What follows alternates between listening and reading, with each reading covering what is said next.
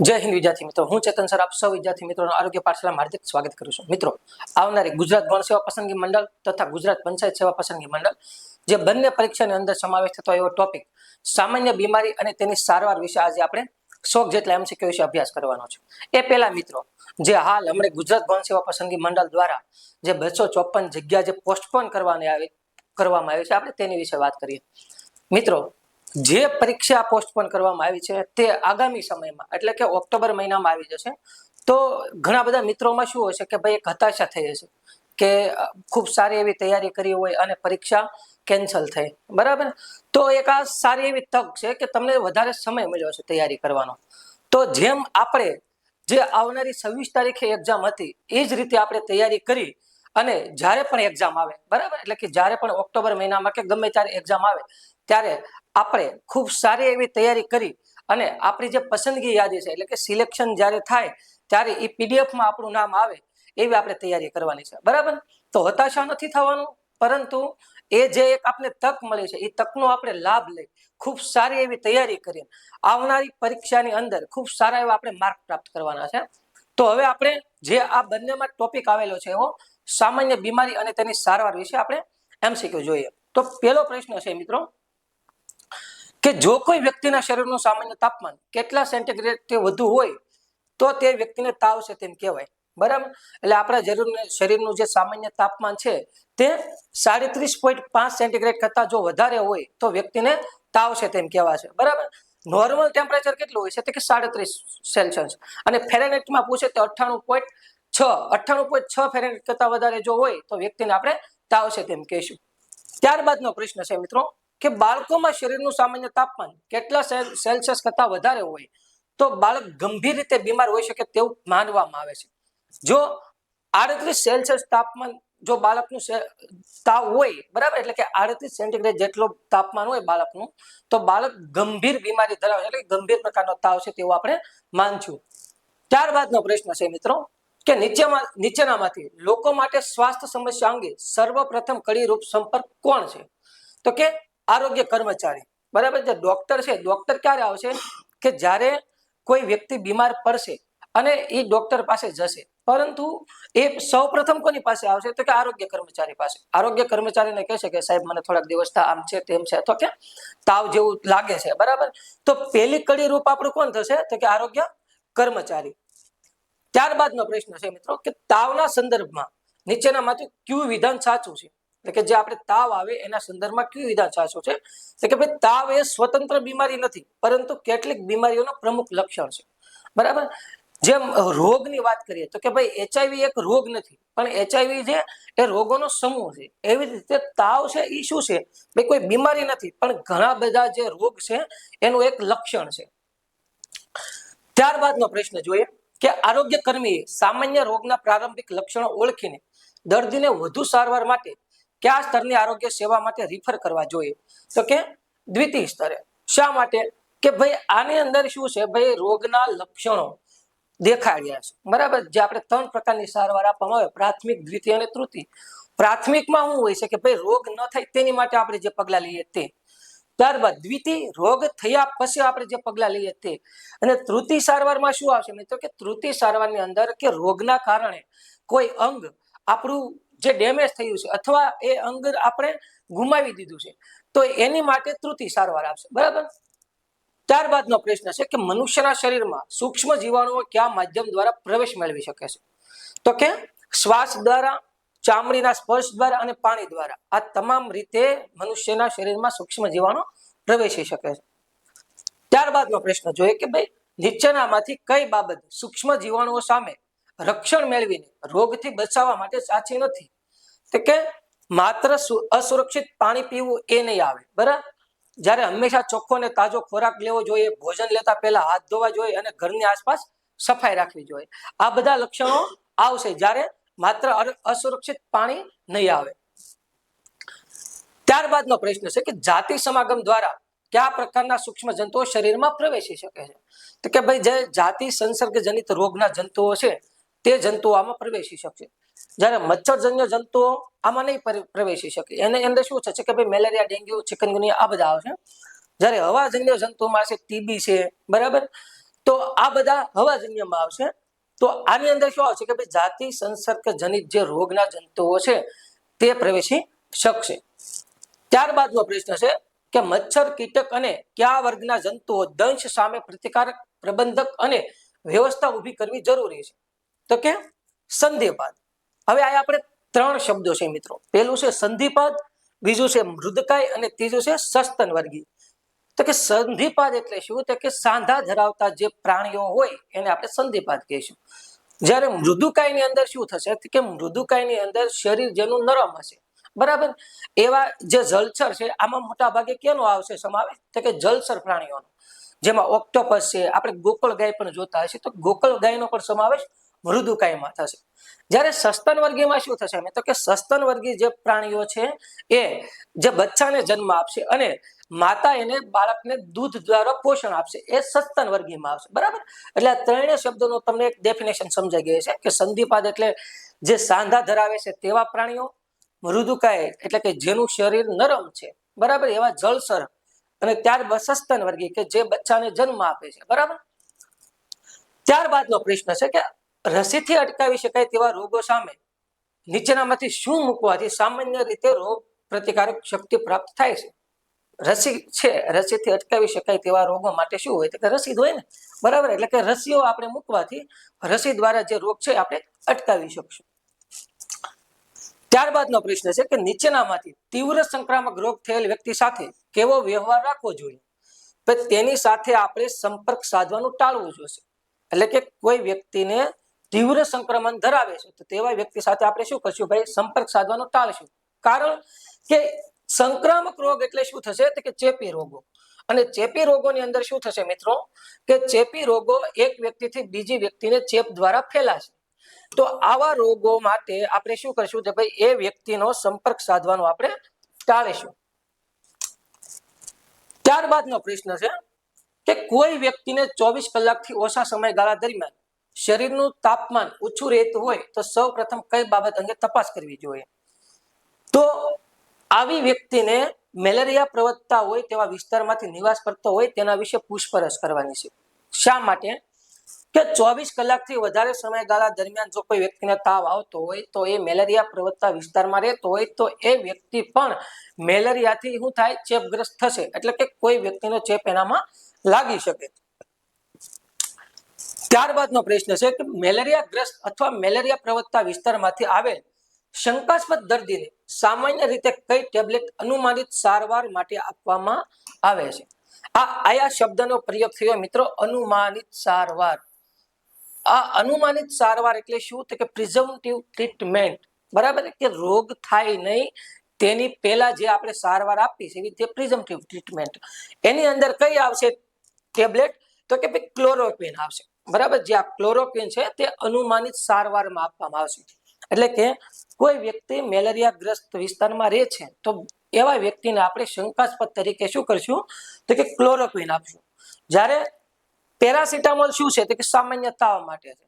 એ જ રીતે એમોક્સિસિલિન શું છે? તો કે ભાઈ એમોક્સિસિલિન છે એ આપણે એમ કહેવાય ને કે બેક્ટેરિયલ ચેપ માટે છે. જ્યારે પ્રાઇમાક્વિન શું છે? તો કે પ્રાઇમાક્વિન કોઈ વ્યક્તિને મેલેરિયા થયો છે તો પ્લાઝ્મોડિયમ વાયવેક્સ અને ફાલ્સીપેરમ બંનેમાં આપવામાં આવે છે. તો એ રોગ થયા પછી પ્રાઇમાક્વિન છે, બરાબર. પરંતુ અનુમાનિત સારવાર જ્યારે પૂછે ત્યારે શું આવશે? તો કે ક્લોરોક્વિન.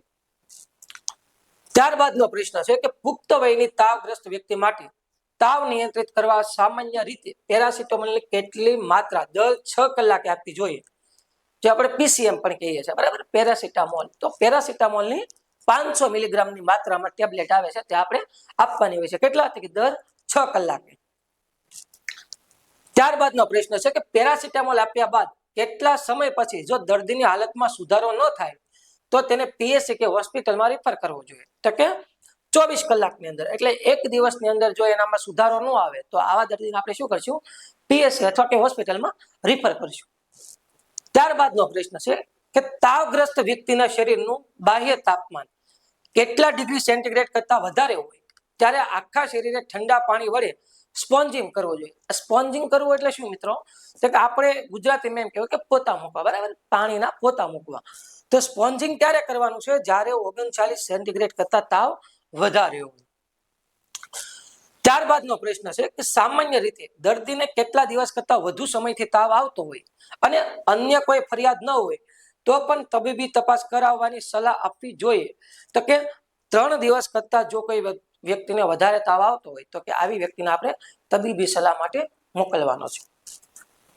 ત્યારબાદનો પ્રશ્ન છે કે નીચેનામાંથી કઈ ફરિયાદ અથવા લક્ષણ તાવ સાથે જોવા મળે તો દર્દીને તાત્કાલિક દવાખાને મોકલવો અનિવાર્ય છે? તો કોઈ વ્યક્તિની ડોક અકળાઈ ગઈ હોય, બરાબર, કોઈ વ્યક્તિની ડોક અકળાઈ જાય, આ ઉપરાંત સતત માથાનો દુખાવો થાય, આ ઉપરાંત અર્ધભાન કે બેભાન અવસ્થા જોવા મળે, જો આવું કોઈ જોવા મળે તો એને શું કરવાનું? આપણે તાત્કાલિક દવાખાને મોકલી આપવાનો છે. ત્યારબાદનો પ્રશ્ન છે કે તાવના દર્દીને કયા કારણસર પુષ્કળ પ્રમાણમાં પાણી પીવાની સલાહ આપવામાં આવે છે? તો ભાઈ તાવના કારણે થતા પરસેવાથી શરીરમાં પાણીનો જથ્થો ઓછો થતા રોકવા મળે. સામાન્ય રીતે કેવું થતું હોય મિત્રો કે જ્યારે પણ વ્યક્તિને તાવ હોય તો એના શરીરમાં પાણીનું પ્રમાણ ઓછું થઈ જાય. કેમ? તો કે ભાઈ તાવ આવે એટલે પરસેવો વળે અને આ પરસેવાના કારણે શું થશે કે આપણા શરીરનું પાણી પરસેવા સ્વરૂપે બહાર નિકાલ પામશે.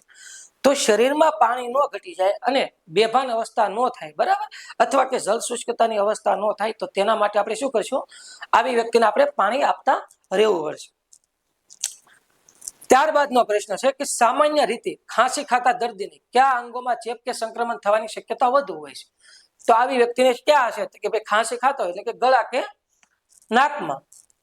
ત્યારબાદ ખાંસી એટલે કે શ્વસન તંત્રનું સંક્રમણ ફેફસા સુધી પહોંચવાના કિસ્સામાં કયા પ્રકારના બાળકો વધુ ગંભીર સ્થિતિમાં મુકાઈ શકે છે? તો કે નબળા અને કુપોષિત બાળકો હશે, બરાબર, જે કુપોષણનો શિકાર બનેલા બાળકો હશે તે ગંભીર સ્થિતિમાં મુકાઈ જશે. ત્યારબાદનો પ્રશ્ન છે કે ખાંસીના સામાન્ય સંક્રમણ વાળા બાળકની સંભાળ બાબતે કયું વિધાન સાચું છે? તો કે ભાઈ બાળકને ભરપૂર પ્રમાણમાં પ્રવાહી પીવડાવવું અને જેટલું ખાઈ શકે તેટલું ખવડાવવું, બરાબર. કોઈ બાળકને ખાંસી આવતી હોય તો એવા બાળકને આપણે શું કરવાનું છે કે ભાઈ એને ખોરાક બંધ નથી કરાવવાનો, તો કે આવા બાળકને જેટલા પ્રમાણમાં ખાઈ શકે અને પી શકે એટલા પ્રમાણમાં એને પ્રવાહી અથવા ખોરાક આપણે આપતા રહીશું. ત્યારબાદ નાક બંધ થવાને કારણે શ્વાસ લેવામાં અને સ્તનપાનમાં તકલીફ પડતી હોય તો માતાએ નાક સાફ કરવા નીચેનામાંથી શેનો ઉપયોગ કરવો જોઈએ? બરાબર, જો બાળકને નાક બંધ થઈ ગયું હોય તો આપણે સળી નથી લેવાની, બરાબર, કે નેઝલ ડ્રોપ્સ પણ નથી નાખવાના, કે કેમિકલ યુક્ત સ્પ્રેનો પણ ઉપયોગ નથી કરવાનો, પણ આપણે શું કરવાનું છે કે ભાઈ ભીના રૂના કુમળાનો ઉપયોગ કરવાનો છે, બરાબર, કે આપણે જે રૂ હોય એને આપણે શું કરવાનું છે કે ભીનું કરવાનું અને પછી બાળકના નાકમાં નાખી અને બાળકનું નાક આપણે સાફ કરવાનું છે, બરાબર, સળી વળીનો ઉપયોગ નથી કરવાનો.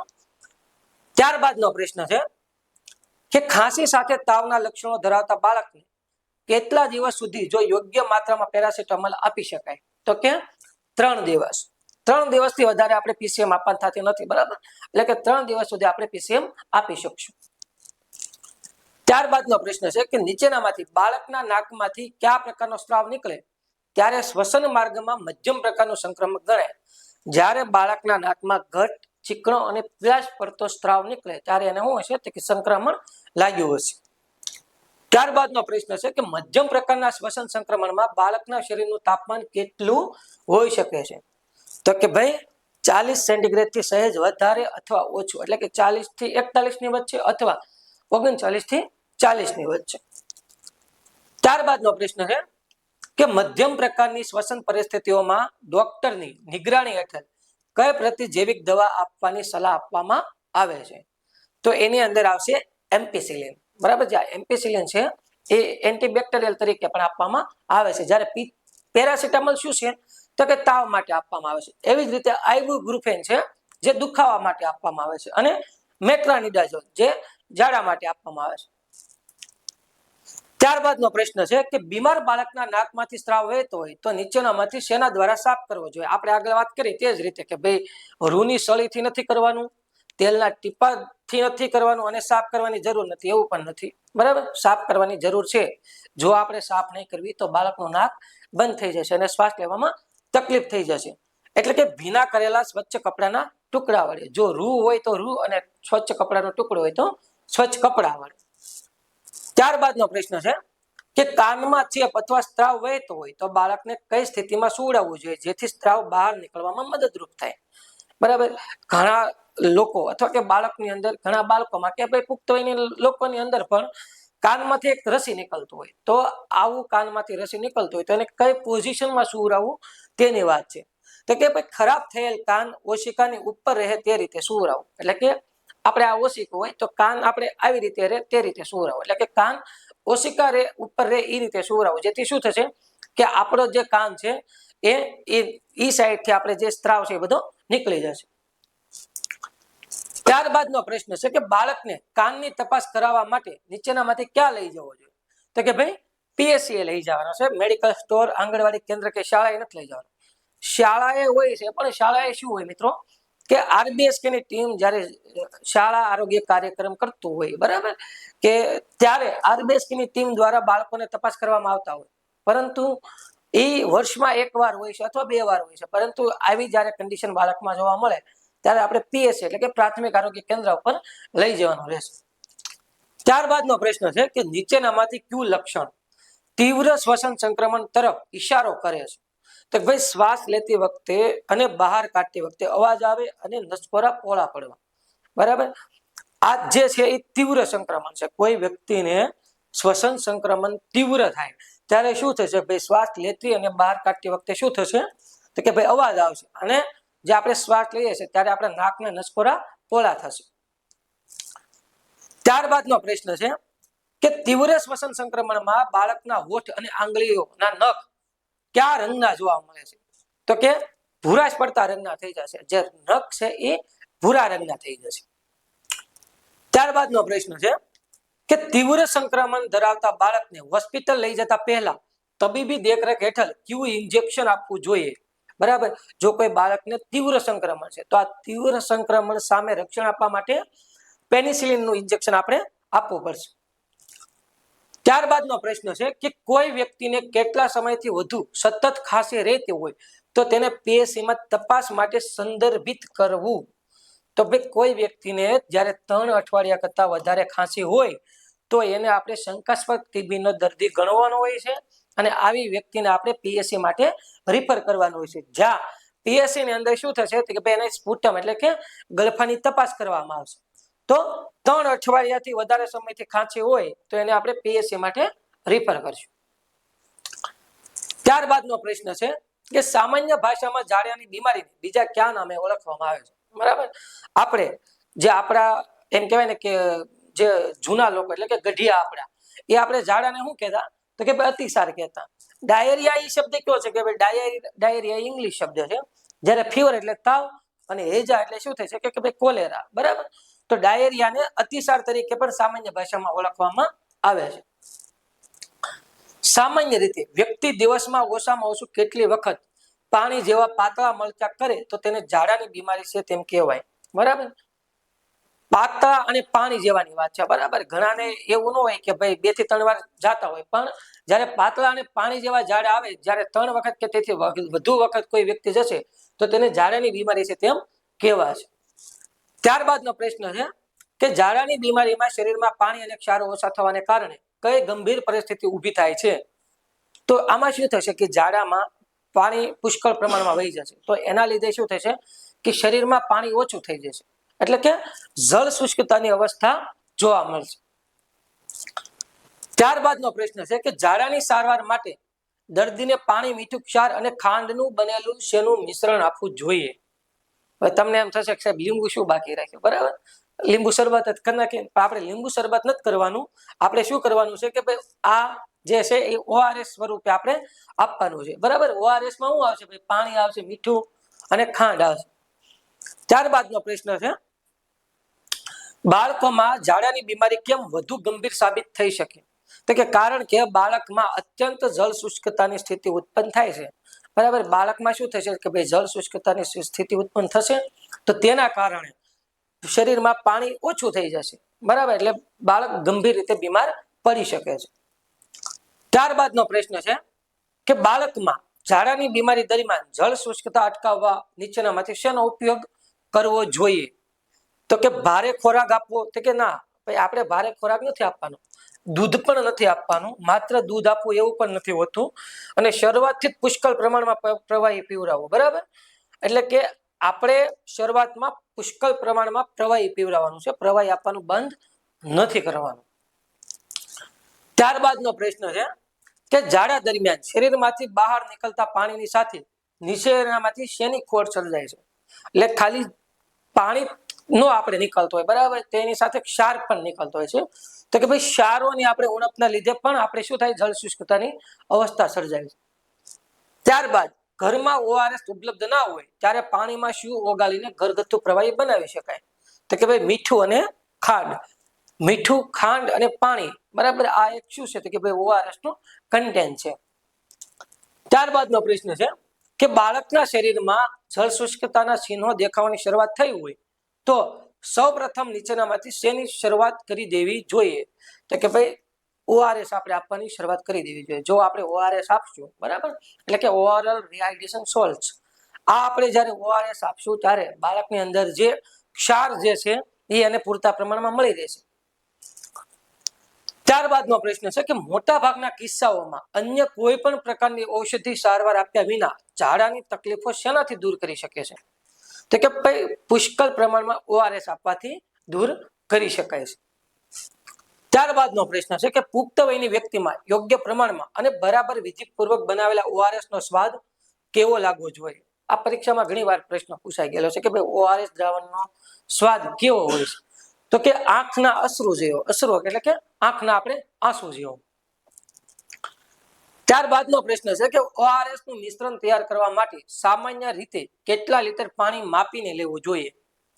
એવું નથી કે ભાઈ આપણે ઓઆરએસ નું એક જે પેકેટ છે એ ગમે એટલા પાણી નાખી દેવું, બરાબર, કે ભાઈ આપણે ગોળો છે તો ગોળામાં નાખીને આખા ઘરને પાઈ દેવી, એવું નહીં. પણ એનું માપ છે કે ભાઈ 1 લીટર પાણી હોય તો 1 લીટર પાણીની અંદર એક ઓઆરએસ નું પેકેટ નાખવાનું હોય. તો કેટલું આવશે? તો કે 1 લીટર પાણી. ત્યારબાદનો પ્રશ્ન છે કે ભાઈ ઓઆરએસ બનાવવા નીચેનામાંથી કયા પાણીનો ઉપયોગ કરવો હિતાવહ છે? તો કે નદીનું શુદ્ધ પાણી, કુવાનું શુદ્ધ પાણી, તળાવનું શુદ્ધ પાણી, આ બધું આપણે લઈ શકીએ, પણ ક્યારે? કે જ્યારે પાણીને પહેલા ઉકાળવી અને ઠંડુ પાડ્યા પછી, બરાબર. પહેલા આપણે પાણીને શું કરવાનું છે કે ઉકાળવાનું છે, પછી એને ઠંડુ પાડવાનું છે અને પછી આપણે એમાં ઓઆરએસ નાખી અને એનો ઉપયોગ કરવાનો છે. અને ઈ ઓઆરએસ નો ઉપયોગ આપણે 24 કલાકની અંદર કરી નાખવાનો છે. ત્યારબાદનો પ્રશ્ન છે કે 24 કલાકના સમયગાળામાં બીમાર બાળકને ઓછામાં ઓછું કેટલું ઓઆરએસ નું મિશ્રણ પીવડાવવું જોઈએ? તો કે ભાઈ 1 લીટર, એટલે કે 1 લીટર આપણે ઓઆરએસ ઓછામાં ઓછું એક દિવસમાં પીવડાવવું જોઈએ. ત્યારબાદનો પ્રશ્ન છે કે ભાઈ ઓઆરએસ નું મિશ્રણ વધુમાં વધુ કેટલા સમય સુધી વાપરી શકાય છે? બરાબર, આપણે આગળ વાત કરી ને કે ભાઈ ઓઆરએસ આપણે 24 કલાકમાં વાપરી નાખવું જોઈએ, કે 24 કલાક સુધી આપણે વાપરી શકીએ છીએ. ત્યારબાદનો પ્રશ્ન છે કે નીચેનામાંથી ઝાડાની બીમારીનું સમુદાય દ્વારા નિવારણ ક્યારે શક્ય બને? તો કે જ્યારે લોકોને બીમારી થવાના કારણો અને એને રોકવાના પગલા વિશે જાણકારી આપવામાં આવે ત્યારે શું થશે? તો કે ઝાડાની બીમારી ઉપર આપણે નિયંત્રણ લાવી શકશું. ત્યારબાદનો પ્રશ્ન છે કે નીચેનામાંથી ઓઆરએસ નું પૂરું નામ જણાવો. આપણે આગળ વાત કરી હતી કે ભાઈ ઓઆરએસ નું પૂરું નામ શું થશે? તો કે ઓરલ રિહાઇડ્રેશન સોલ્ટ. આ ઉપરાંત ઓરલ રિહાઇડ્રેશન સોલ્યુશન પણ સાચું જ પડશે, બરાબર, બંને હાલ છે, ઓરલ રિહાઇડ્રેશન સોલ્ટ અને ઓરલ રિહાઇડ્રેશન સોલ્યુશન. ત્યારબાદનો પ્રશ્ન છે કે ઝરણા, કુવા, તળાવ કે નદીનું પાણી કોના દ્વારા દૂષિત થાય છે? તો કે નદી, ઝરણા અને કુવાનું પાણી કેમિકલ ઇન્ડસ્ટ્રી દ્વારા દૂષિત થશે. આ ઉપરાંત લોકો અને પશુ પ્રાણીઓ દ્વારા અને ગટરના પાણીના નિકાલ દ્વારા. હવે તમને એવું થતું છે કે આ લોકો અને પશુ પ્રાણી કઈ રીતે આવ્યો? તો કે ભાઈ લોકોની ખરાબ આદતો, એટલે કે ભાઈ નદી કિનારે શું કરે છે, ભાઈ નદી કિનારે અથવા કુવાના કાંઠે શું કરે, ભાઈ કપડાં ધોશે. આ ઉપરાંત પશુ પ્રાણીને નવરાવશે, બરાબર. આપણે ગામડામાં જોતા હોય છે કે ઢોર મોટા ભાગે ક્યાં હોય? તો કે નદીમાં પડ્યા હોય. તો આ તમામ પરિબળો શું કરશે ભાઈ? કે નદી, કુવા અને તળાવના પાણીને પ્રદૂષિત કરશે. હવે પાછા તમે એવું ન કહેતા કે સાહેબ પ્રાણી ક્યાં કુવામાં નાવા જાય છે, બરાબર, પણ નદી અને તળાવ તો છે ને, આપણે એની પણ આપણે વાત કરીએ છીએ, ખાલી કુવાની વાત નથી કરતા. ત્યારબાદનો પ્રશ્ન છે કે પ્રદૂષિત કે દૂષિત થયેલું પાણી કેવા પ્રકારના જીવાણુ ધરાવતું હોય છે? જે આ દૂષિત પાણી થાય છે, બરાબર, એ કેવા પ્રકારના જીવાણુ ધરાવતું હોય છે? તો ભાઈ એમાં બેક્ટેરિયા પણ હોય, સૂક્ષ્મ જંતુઓ પણ હોય અને વાયરસ પણ હોય. ત્યારબાદનો પ્રશ્ન છે કે નીચેનામાંથી કયા લક્ષણો ન હોય તો એવું અનુમાન કરી શકાય કે માથાનો દુખાવો ગંભીર પ્રકારનો નથી? બરાબર, તો તાવ આવતો ન હોય, ગરદન જકડાયેલી ન હોય કે વિચિત્ર પ્રકારનું વર્તન ન હોય તો શું છે? તો ભાઈ સામાન્ય માથાનો દુખાવો છે. આ બધું હોય તો એ સામાન્ય પ્રકારનો માથાનો દુખાવો નથી. ત્યારબાદનો પ્રશ્ન છે કે અઠવાડિયા સુધી ચાલતા માથાના દુખાવા દરમિયાન પીડિત વ્યક્તિમાં કયા લક્ષણો અને ચિહ્નો જોવા મળે છે? તો ભાઈ તે સારી રીતે ઊંઘ લઈ શકતા નથી. આ ઉપરાંત થાકી ગયેલા જણાય છે અને ચક્કર આવતા હોય અને ચિંતા કે ઉદાસીનતા હોય. જો આવા લક્ષણ ધરાવતા હોય તો એ વ્યક્તિ શું હશે? તો ભાઈ અઠવાડિયા સુધી એને માથાનો દુખાવો ચાલતો હશે. ત્યારબાદનો પ્રશ્ન છે કે માઇગ્રેનના દુખાવા દરમિયાન, માઇગ્રેન એટલે કે લાંબા સમયનો માથાનો દુખાવો, એ દરમિયાન પીડિત વ્યક્તિને માથા ઉપરાંત શરીરમાં અન્ય શું તકલીફ થાય છે? એટલે જે માઇગ્રેનનો દર્દી હોય એને ખાલી માથાનો દુખાવો જ નહીં, પરંતુ એને પેટમાં પણ ઉથલપાથલ થતી હોય, એટલે કે પેટમાં પણ દુખાવો થતો હોય છે. ત્યારબાદનો પ્રશ્ન છે કે નીચેનામાંથી કયા પ્રકારના માથાના દુખાવો કોઈ ગંભીર પ્રકારની બીમારીનું ચિહ્ન હોઈ શકે છે? એટલે કે ગંભીર માથાનો દુખાવો, તો કે જે વ્યક્તિને પહેલી જ વાર થયો હોય અને 1 અઠવાડિયાથી ચાલતો હોય. જો 1 અઠવાડિયાથી સતત માથાનો દુખાવો ચાલતો હોય તો એને આપણે ગંભીર કહીશું. ત્યારબાદનો પ્રશ્ન છે કે લાંબા સમય સુધી રહેતા માથાના દુખાવા પાછળ નીચેનામાંથી કયું શારીરિક કારણ હોઈ શકે? તો એની અંદર આવશે આંખોની દ્રષ્ટિની ખામી. બરાબર, ઘણા વ્યક્તિમાં એવું પણ હોય કે ભાઈ એમને નંબર હોય અને ચશ્મા ન કઢાવતા હોય તો માથાનો દુખાવો રહેતો હોય છે. તો આવી વ્યક્તિની અંદર શું થાય છે કે ભાઈ આંખોની દ્રષ્ટિની જે ખામી હશે એવી વ્યક્તિમાં માથાના દુખાવો લાંબા સમય સુધી રહેતો હોય છે. ત્યારબાદનો પ્રશ્ન છે કે દર્દીની ગરદન અકળાઈ ગયેલી છે કે નહીં તે તપાસવા માટે સૌપ્રથમ દર્દીને કઈ સ્થિતિમાં સુવડાવવો જોઈએ? ગમે એમ છોડાઈ જો હાલે સાહેબ, ના એવું નથી હોતું. પણ ગરદન જ્યારે હોય, ગરદનની વાત આવે છે, એટલે ગરદન અકળાઈ ગઈ હોય તો એ કઈ પરિસ્થિતિમાં એને સુવડાવવું, આપણે તેની વાત છે. તો કે છાતી ઉપરની તરફ રહે તે રીતે સુવડાવવો જોઈએ, એટલે કે જે આપણે જે સત્તા જે સૂઈએ છીએ તે રીતે સુવડાવવો જોઈએ. ત્યારબાદનો પ્રશ્ન છે કે ગરદનની તપાસ દરમિયાન ગરદન અકળ સ્થિતિમાં રહે અને માથું આગળ તરફ ન ઝૂકે તો તે કઈ ગંભીર સ્થિતિ તરફ ઈશારો કરે છે? તો ભાઈ એની ગરદન અકળાઈ ગયેલી છે તેવું આપણે કહેવાય છે. કેમ કે ગરદન અકળાઈ જાય છે અને આપણે એને અડવી તો પણ દુખાવો થતો હોય. ત્યારબાદની પ્રશ્ન છે કે ભાઈ દર્દીની ગરદન અકળાઈ ગયેલી હોય અને સાથે તાવ પણ હોય અથવા ન પણ હોય તો આરોગ્ય કાર્યકર તરીકે તાત્કાલિક શું પગલાં લેવા? તો ભાઈ એને આપણે શું કહેશું ભાઈ કે તમે દવાખાનામાં દાખલ થવા માટે આપણે એને મોકલી દઈશું કે ભાઈ એને લાંબા સમયથી અથવા ગરદન અકળાઈ ગઈ છે તો આપણે શું કહીશું? દવાખાને મોકલી આપશું. કેમ કે આપણે MBBS નથી, આપણે MPW છે. બરાબર, આપણામાં જેટલું આવતું એટલું આપણે કરવું. વધારે આપણે એવું ન વિચારવું કે આપને આવડે છે એટલે આપણે આ દવા આપીને આપણે આનું ડોકની તકલીફ દૂર કરી દઈએ. બરાબર. ત્યારબાદનો પ્રશ્ન છે કે સામાન્ય રીતે માથાના દુખાવાની શરૂઆત થાય તે દરમિયાન અથવા શરૂઆતમાં નીચેનામાંથી કઈ દવા આપવી જોઈએ? એટલે કે માથાનો દુખાવો થાય ત્યારે આપણે કઈ દવા આપી શકીએ? તો એની અંદર આવશે પેરાસિટામોલ. બરાબર, લોકલાડીલી દવા MPW માટે, કે કાંઈક હોય તો કે PCM આપો અને હારા થઈ જાવ. બરાબર, તાવ હોય તો કે PCM, માથાનો દુખાવો હોય તો PCM. એટલે આપણે શું આપવાનું છે? પેરાસિટામોલ આપવાનું છે.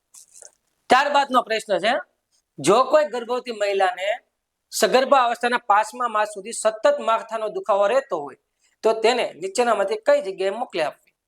તો એને આપણે શું કહેવાનું છે કે ભાઈ ઘરે આરામ કરો. ના, આપણે એવું નથી કહેવાનું ભાઈ ઘરે આરામ કરો. બરાબર, આપણે એને એમ નથી કહેવાનું કે ભાઈ દેશી ડોક્ટર કે વૈદ પાસે જાઓ, બરાબર, કે ભુવા પાસે જાઓ. આપણે એને માનસિક રોગના નિષ્ણાંત પાસે નથી મોકલવાના કે ભાઈ તમને માથાનો દુખાવો થાય એકવાર મગજના ડોક્ટરને દેખાડો. આપણે એને શું કહેવાનું છે કે બેન PSC એ જતા રહ્યો. બરાબર, ત્યાં તમને સારવાર મળી રહેશે. ત્યારબાદનો પ્રશ્ન છે કે માથાના દુખાવાની સાથે જો દર્દીના પગ ઉપર સોજો જોવા મળે તો તેને વધુ તપાસ માટે ક્યાં રેફર કરવા જોઈએ? તો કે આવા વ્યક્તિને આપણે ક્યાં કરવા જોઈએ છે? ઘણા બધા મિત્રોને એવું થાય કે ભાઈ ફિઝિયોથેરાપી આવ્યું એટલે ફિઝિયોથેરાપી, તો કે ના. બરાબર, આને પણ આપણે PSC રેફર કરવાના રહેશે. ત્યારબાદનો પ્રશ્ન છે હવે તમને એવું થતું હશે કે હરેક વસ્તુમાં PSC કેમ? બરાબર, કે સાહેબ હરેક વસ્તુમાં PSC જ કે છે. બરાબર, કેમ ફિઝિયોથેરાપી નહીં કે દેશી ડોક્ટર કે વૈદ પાસે નહીં? કારણ કે આપણે મોટાભાગે શું હોય કે ગ્રામ્ય વિસ્તારમાં અથવા કે હમણાં જે આ નગરપાલિકાની આવવાની છે, બરાબર, તો આપણે એવા વિસ્તારમાં આપણે ફરજ બજાવવાની છે કે જ્યાં આરોગ્યની સેવા પ્રાથમિક આરોગ્ય કેન્દ્ર ખાતે વધારે પ્રમાણમાં મળતી હોય અને નજીક ઈ હોય, બરાબર.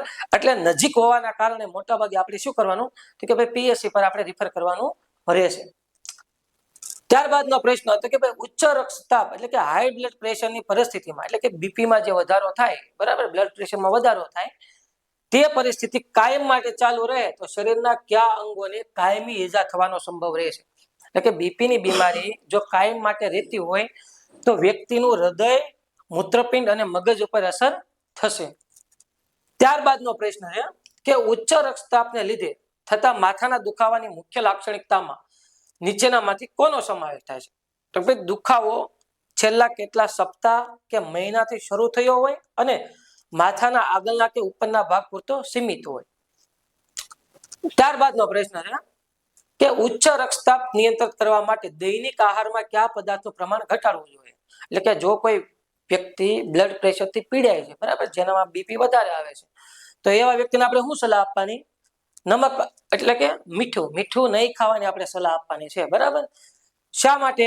કે મીઠા ખાવાથી બીપીમાં વધારો થશે અને આનું એક માપ છે ભાઈ કે 5 ગ્રામથી વધારે આપણે મીઠું ખાવાનું નથી, બરાબર.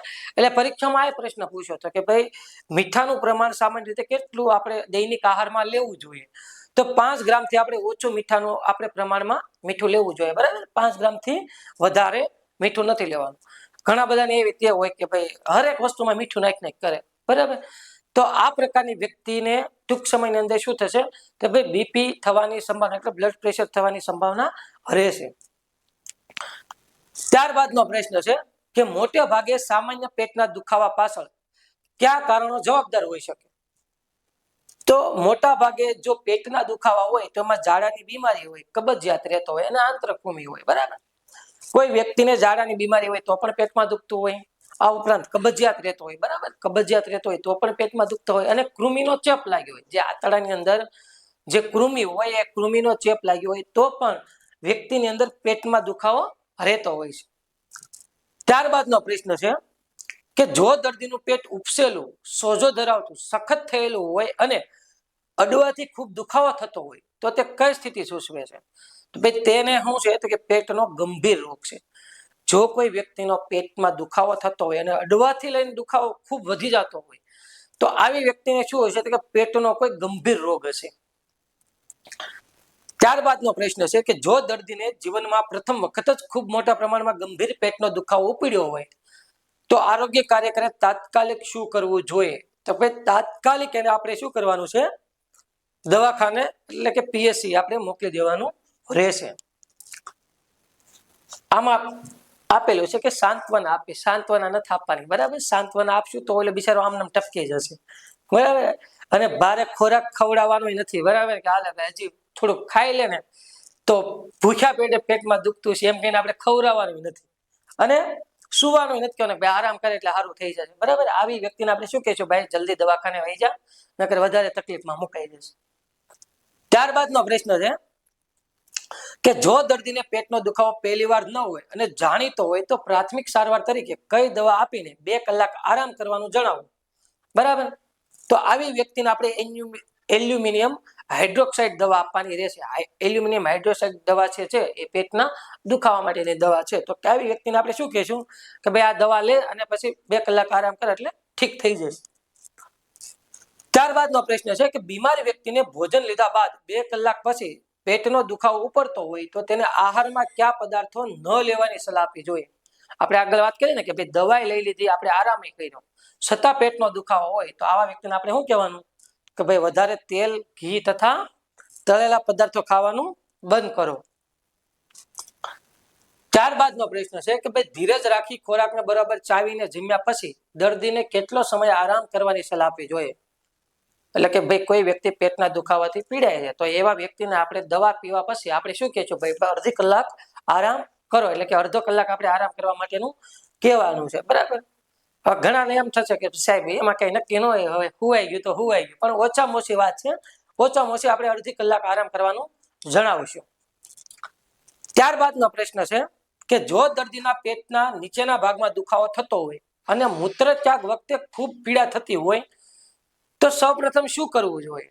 તો ભાઈ એને તાત્કાલિક આપણે શું કરશું કે બીમાર વ્યક્તિનું શરીરનું તાપમાન માપશું. ભાઈ આનું તાપમાન શું છે, બરાબર, એટલે કે ભાઈ શરીરનું ટેમ્પરેચર કેટલું છે આપણે તાત્કાલિક ચેક કરશું.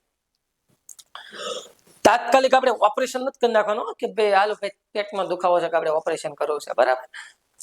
પછી લોહીની તપાસ નથી કરવાની, કેમ કે પેટને લોહીને કઈ લાગે વળગે આપણે નહીં, આપણે એવું રાખશું અત્યારે, બરાબર.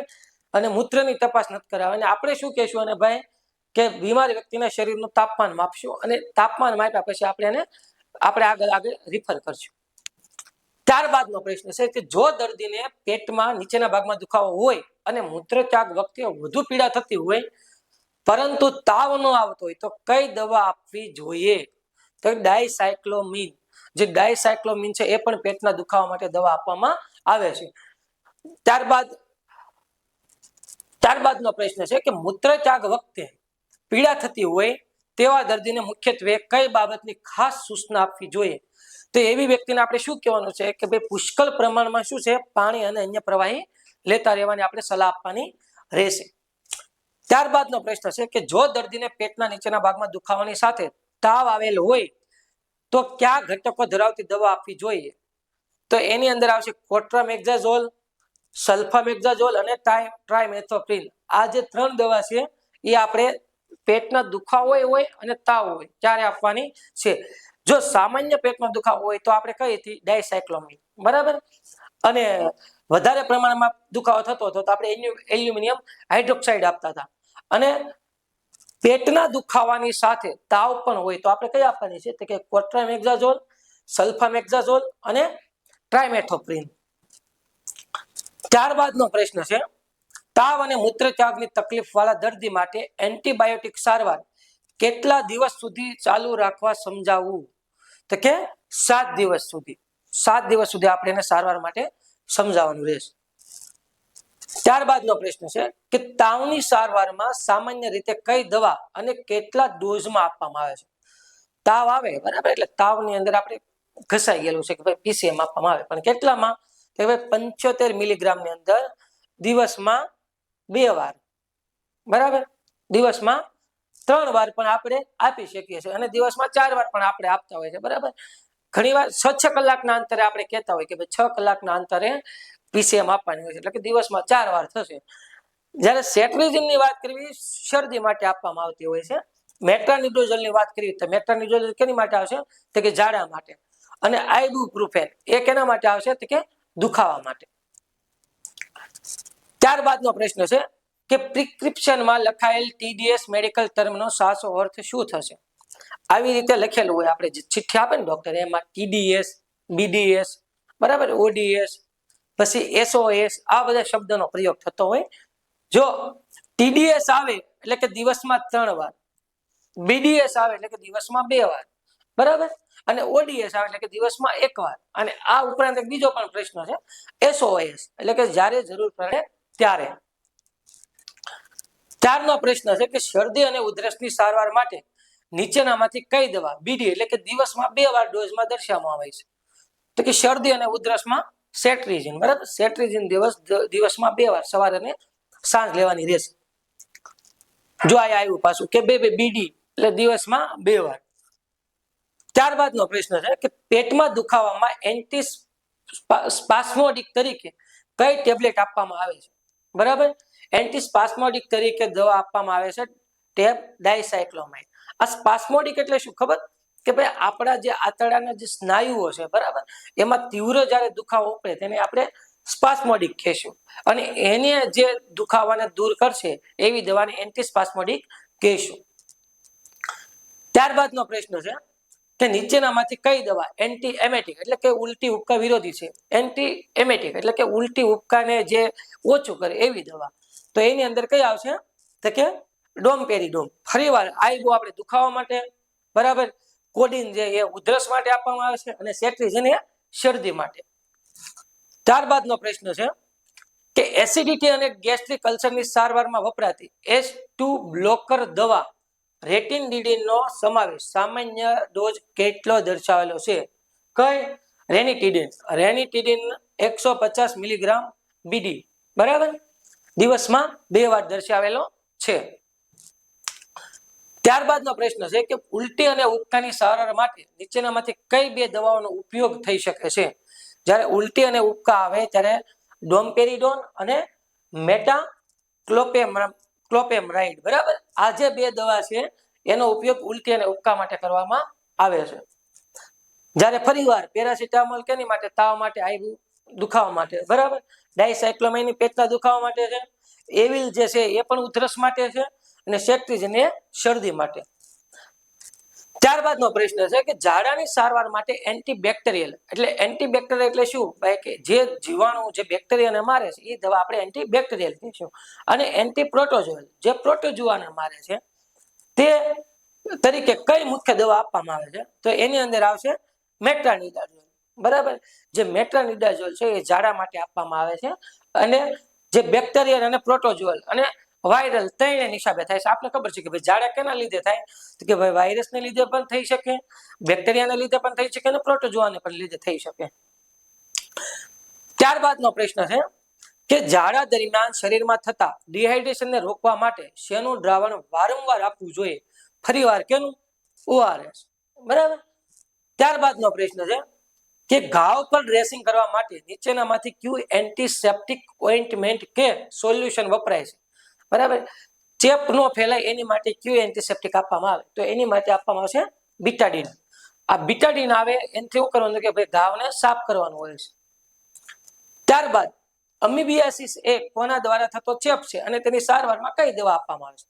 અમીબિયાસિસ એટલે કે મરડો શેના દ્વારા થાય? તો કે પ્રોટોઝોઆ દ્વારા. અને પ્રોટોઝોઆના કઈ દવા આવે? તો કે મેટ્રાનિડાઝોલ. ત્યારબાદ સ્કેબિસની સારવાર માટે નીચેનામાંથી શેનો ઉપયોગ થાય છે? સ્કેબિસ એટલે કે ખસખરજવું જે હોય એની માટે જે સારવાર આપવામાં આવે છે તેની અંદર શું આવશે? તો કે ભાઈ બીબી લોશન આવશે. જે બીબી લોશન આવશે એ આપણે શું કરશું કે આપણે જે સ્કેબિસની સારવાર એટલે કે જ્યાં સ્કેબિસ હોય એને આપણે ત્યાં સાફ કરવા માટે બીબી લોશનનો ઉપયોગ કરશું. ત્યારબાદનો પ્રશ્ન છે કે દુખાવાની સારવાર માટે નીચેનામાંથી કઈ દવા નોન સ્ટેરોઇડલ અને એન્ટી ઇન્ફ્લેમેટરી ડ્રગ છે? બરાબર. તો એની અંદર કઈ આવશે? ડાયક્લોફેનાક. ત્યારબાદનો પ્રશ્ન છે કે ટેબ ડાયક્લોફેનાકનો સામાન્ય ડોઝ કેટલા મિલીગ્રામના દર્શાવવામાં આવે છે? તો 50 મિલીગ્રામ, બરાબર. હવે મિત્રો ઘણી બધી પરીક્ષાની અંદર કેવું હોય કે ભાઈ દવા પૂછે કે કયા રોગની અંદર કઈ દવા આપવામાં આવે, અને ઘણી બધી પરીક્ષામાં એવા પણ પ્રશ્ન પૂછી શકે કે દવા દિવસમાં કેટલી વાર અને કેટલા ડોઝમાં આપવામાં આવે. ત્યારબાદનો પ્રશ્ન છે કે દર્દીને દવા આપતી વખતે ડોઝ નક્કી કરવાનો મુખ્ય આધાર શેના પર રહેલો છે? તો ભાઈ દર્દીને આપણે જે દવા આપીએ છીએ એનો મુખ્ય આધાર શેના ઉપર રહેલો છે? તો કે દર્દીના વજન અને દર્દીની ઉંમર પ્રમાણે, બરાબર. આપણે આયા A અને C નહીં આવે પણ B અને C આવશે, બરાબર. એટલે કે દર્દીનું વજન અને દર્દીની ઉંમર પ્રમાણે દર્દીને દવા આપવાની હોય છે. ત્યારબાદનો પ્રશ્ન છે કે ભાઈ ઉધરસની સારવાર માટે નીચેનામાંથી કઈ દવા સપ્રેસન્ટ તરીકે વપરાય છે? બરાબર. તો ઉધરસ માટે કઈ આવશે? ટેબ કોડિન, બરાબર. કોડિન ટેબમાં પણ આવશે અને કેમાં આવશે? લિક્વિડમાં પણ આવશે. ત્યારબાદનો પ્રશ્ન છે કે આયર્નની ઉણપથી થતા પાંડુ રોગમાં શેનું પ્રમાણ ઘટી જાય છે? જે આપણે પાંડુ રોગ થાય છે એનિમિયા રોગ, એમાં કેનું પ્રમાણ ઘટી જાય છે? તો કે હિમોગ્લોબિનનું એટલે કે HB નું પ્રમાણ. ત્યારબાદનો પ્રશ્ન છે કે એનિમિયાના દર્દીને ખાસ કરીને કઈ ટેબ્લેટ આપવામાં આવે છે? વ્યક્તિને એનિમિયા એટલે કે પાંડુ રોગ થયેલો છે તો કે આવા દર્દીને કઈ ગોળી આપવામાં આવે છે? તો કે આવા દર્દીને આયર્ન ફોલિક એસિડની ગોળી આપવામાં આવે છે. ત્યારબાદનો પ્રશ્ન છે કે પાંડુ રોગની સારવારમાં ફેરસ સલ્ફેટનો કેટલો ડોઝ ઓડી એટલે કે દિવસમાં એકવાર આપવાનું દર્શાવવામાં આવ્યું છે? તો કે 150 mg, બરાબર. ત્યારબાદનો પ્રશ્ન છે કે મેલેરિયા રોગમાં તાવની સારવારમાં ક્લોરોક્વિનની એક ગોળીનો ડોઝ કેટલા મિલીગ્રામનો હોય છે? આપણે આગળ ખૂબ સરસ એવો મેલેરિયા ભણાવ્યો હતો, બરાબર. તો ક્લોરોક્વિન 250 મિલીગ્રામથી શરૂઆત થાય છે, એટલે કે 250 મિલીગ્રામ.